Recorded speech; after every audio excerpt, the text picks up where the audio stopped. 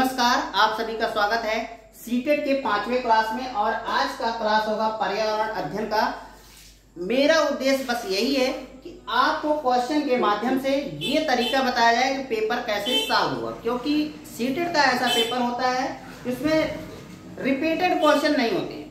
Question का तरीका बदल जाता है लेकिन फॉर्मेट यही रहता है। और आपको बस अगर किसी भी सब्जेक्ट का अगर आप 100 क्वेश्चन भी सही से कर लेते हैं और उसको तरीका समझ लेते हैं कि क्वेश्चन को कैसे सॉल्व करना है, तो गारंटी है कि आप सीटेट क्लियर कर देंगे, कोई दिक्कत नहीं होगी। तो चलिए क्वेश्चन की तरफ देखते हैं। बच्चों का पर्यावरण अध्ययन सीखने में प्रभावशाली तरीके से जोड़ा जा सकता है।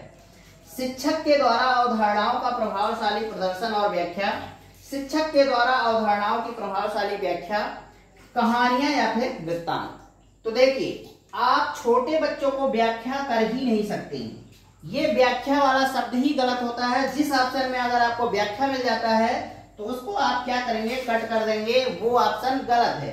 फिर कह रहा शिक्षक के द्वारा अवधारणाओं की प्रभावशाली व्याख्या, इसमें भी व्याख्या ही है और व्याख्या नहीं करना है छोटे बच्चों को, आप व्याख्या कर ही नहीं सकते। तो ये दोनों ऑप्शन गलत हैं। कहानियां हैं और वृत्तांत है, तो कहानियां भी आपकी सही है और वृत्तांत भी सही है। वृत्तांत का मतलब क्या होता है, किसी घटना, कोई भी घटना हो, ठीक है, उसका शुरू से अंत तक का जो हाल आप देते हैं वो है वृत्तांत, या कह सकते हैं कि समाचार कह सकते हैं आप। तो ये होता है वृत्तांत और कहानियां। अगर पर्यावरण अध्ययन सीखना का प्रभावशाली तरीका क्या हो सकता है, वृत्तांत और कहानियां। तो ये क्वेश्चन सॉल्व हो गया। अगर आपको पसंद आ रहा है तो लाइक कर दीजिएगा। तो चलिए अगला क्वेश्चन देखते हैं।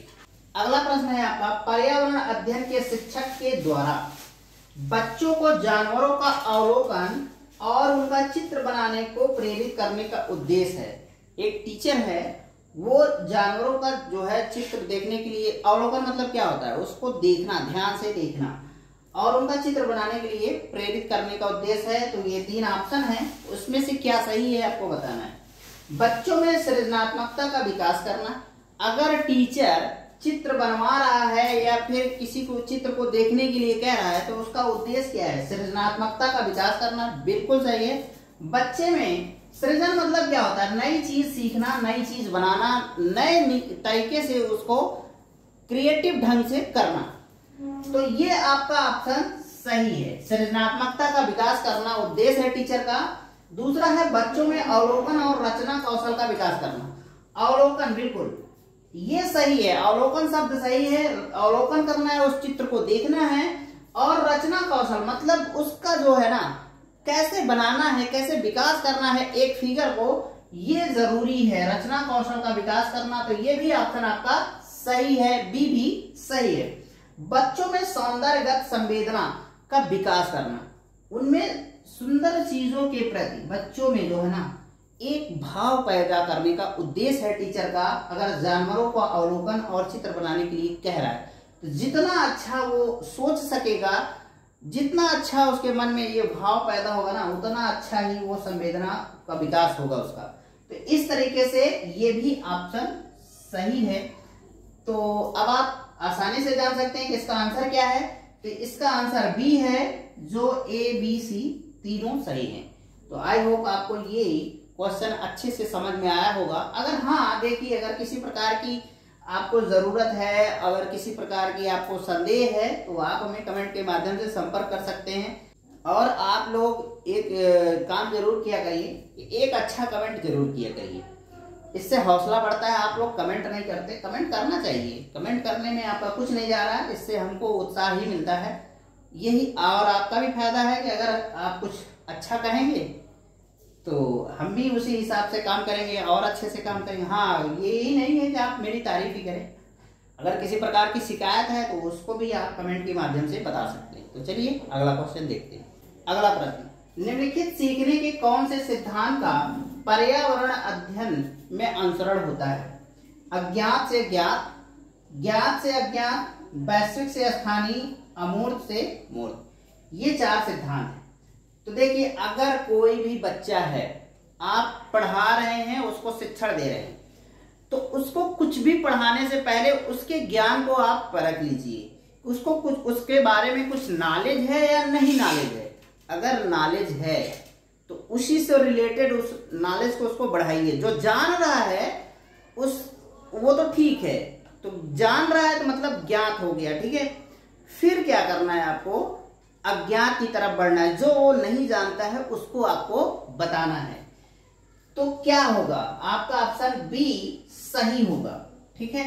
ये क्वेश्चन बहुत ही फेमस है। इस तरीके के ऑप्शन बराबर आपको सीटेट के पेपर में देखने के लिए मिलते हैं। अज्ञात से ज्ञात मतलब होता है कि जो ना पता हो वहां से शुरू कर दो, फिर उसको जो पता है वो बताओ। तो ये तो पूरी तरीके से गलत ही है, ठीक है। वैश्विक से स्थानीय ये भी है कि भैया घर की बात पता नहीं है, पड़ोस की बात आप बता रहे हैं, तो ये भी गलत है। वैश्विक मतलब विश्व से संबंधित हो गया, स्थानीय मतलब आप जहां से हैं वहां से, लोकल, तो ये भी गलत है। अमूर्त से मूर्त ये भी सेम टू सेम ऊपर वाला ऑप्शन ही है, तो ये भी इस तरीके से गलत है और आपका ऑप्शन बी सही होगा। आपको ये ध्यान रखना है, बच्चा को पढ़ाते समय क्या करना है, जो उसको पता है उसी के नॉलेज से आप वहां से शुरू करिए और उसका फिर विकास करते जाइए। जो उसको नहीं पता है वो चीजें बताइए। तो ठीक है, आई होप आपको ये आंसर समझ में आया होगा। तो चलिए अगला क्वेश्चन देखते हैं। अगला क्वेश्चन है, पर्यावरण अध्ययन में शिल्पकला और चित्रकला को समूह में करके सीखने पर बल दिया जाता है, क्योंकि इसका कारण क्या है। कक्षा की अनुशासनहीनता को रोकने के लिए समूह में सीखना शिक्षकों के लिए एक आसान और बहुत प्रभावशाली युक्ति है। तो भाई देखो, बच्चा चाहे अकेले रहे चाहे समूह में रहे, अगर उसको अनुशासनहीनता करनी ही है तो वो करेगा। तो ये वाला ऑप्शन पूरी तरीके से ठीक नहीं है। किस रीजन से, अनुशासनहीनता को रोकने के लिए, मतलब टीचर मजबूर है बच्चों को रोकने के लिए, तो यहाँ मजबूरी नहीं चलेगी। तो ये वाला ऑप्शन आपका गलत है, ठीक है।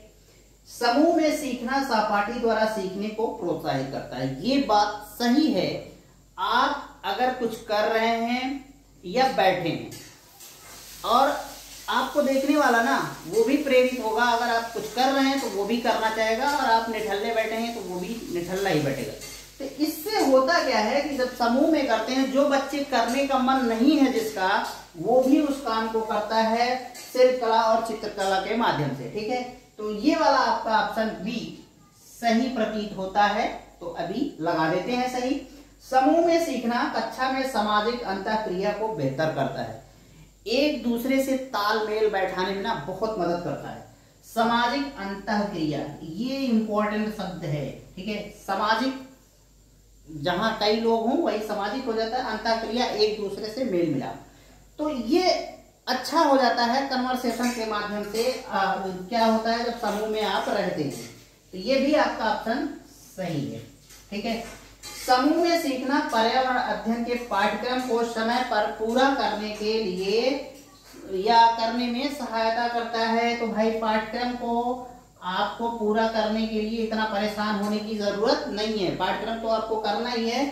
लेकिन यहाँ जब होता क्या है ना, सीटेट में बच्चों को ये पूछा जाता है, बच्चों के भलाई के लिए पूछा जाता है, टीचर की भलाई के लिए कुछ ऐसा क्वेश्चन आता नहीं है कि टीचर को किस चीज में आराम होगा, किस चीज में फायदा होगा, टीचर कुर्सी पे कैसे बैठा रहेगा, बच्चों को ऐसे रोक के बैठो, ये सब नहीं। बच्चे को कितना सुविधा मिल सकती है वो सब ये देखा जाता है। तो आपको बच्चों को ज्यादा से ज्यादा सहूलियत देना है, तो ये वाला ऑप्शन भी गलत है। आपको दौड़ के या फटाफट करके पाठ्यक्रम को पूरा करने की जरूरत नहीं है। तो ये आपका ऑप्शन बी और सी सही हो जाता है। तो इस तरीके से कौन सा ऑप्शन सही होगा, आपका ए ऑप्शन सही हो जाएगा, बी और सी, ठीक है। आई होप आपको ये क्वेश्चन समझ में आया होगा। दोस्तों आप लोग घबराइए मत, सारे क्वेश्चन ना कंप्यूटर की तरह फीड करूंगा आपके दिमाग में। कोई भी क्वेश्चन कैसे भी आ जाए, कितना भी घुमा के आ जाए, आप गारंटी के साथ सारे प्रश्नों को सही करेंगे। हवा हवाई में बात नहीं करना है, ना ही मैं मैराथन कोर्स चलाता हूं, मैं अकेले हूं, मैं जितना हो सकेगा मैं अकेले ही करता हूं। तो चलिए अगला क्वेश्चन देखते हैं। तो दोस्तों ये पांचवा और अंतिम क्वेश्चन है इस क्लास का। तो चलिए देखते हैं, निम्नलिखित में से क्या पर्यावरण अध्ययन को सीखने का सबसे प्रभावशाली संसाधन है। परिवार के सदस्य, समुदाय के सदस्य, समाचार पत्र और कक्षा। तो देखिए परिवार का सदस्य क्यों जरूरी है पर्यावरण अध्ययन को सीखने के लिए, ये सही है।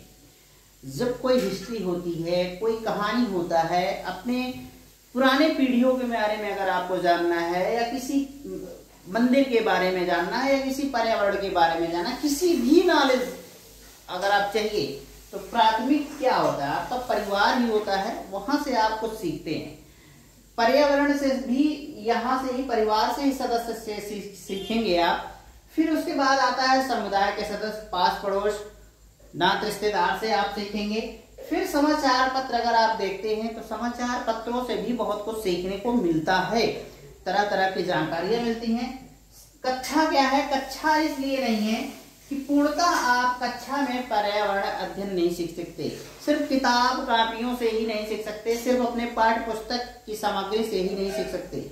आप पर्यावरण और भी कई जगहों से सीख सकते हैं, कोई और पुस्तक हो सकती है जहां से आप सीख सकते हैं। तो ये बातें होती हैं पर्यावरण अध्ययन सीखने के लिए। तो सबसे ज्यादा जरूरी परिवार का सदस्य, समुदाय का सदस्य, फिर समाचार पत्र होता है, कक्षा लास्ट में आता है। और इस तरीके से ये वाला ऑप्शन नहीं है सही, बाकी ए बी सी, मतलब ऑप्शन आपका ए सही है। तो ये था आज का क्लास। आपको कैसा लगा इसके बारे में हमें जरूर बताइएगा। अगर किसी प्रकार का सुझाव है तो वो भी दीजिएगा, लेकिन आप लोग एक अच्छा कमेंट जरूर किया करिए इस वीडियो के नीचे। उत्साह मिलता है, अच्छा लगता है काम करने में। तो आज के लिए बस इतना ही। कल आपको नेक्स्ट क्लास मिलेगी पर्यावरण अध्ययन का ही। तो तब तक के लिए नमस्कार, जय हिंद।